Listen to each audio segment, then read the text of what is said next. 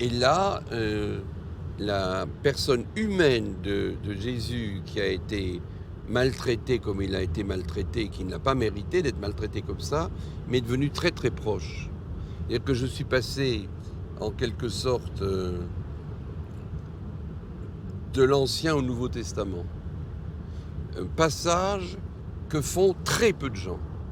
Je suis très frappé que cette approche de la personne de Jésus n'est pas la démarche première des chrétiens.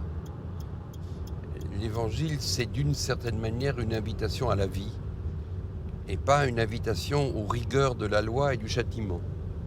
Et moi, j'ai été élevé dans ce catholicisme du début du siècle où il y avait toujours la peur du péché, la peur de l'enfer, la culpabilité. Et je crois que c'était pas bien. Et je crois surtout que c'était pas évangélique.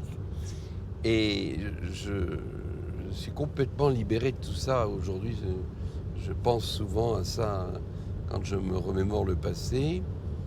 Et je pense que l'évangile est extraordinairement libérateur pour la conscience, qu'il est un appel à un engagement personnel complet,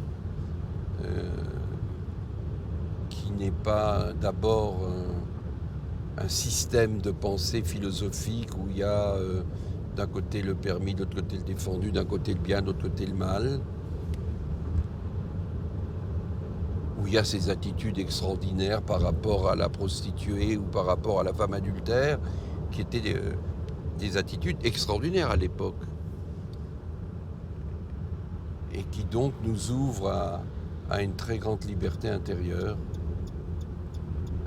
Alors je vis tout ça avec ma petite famille.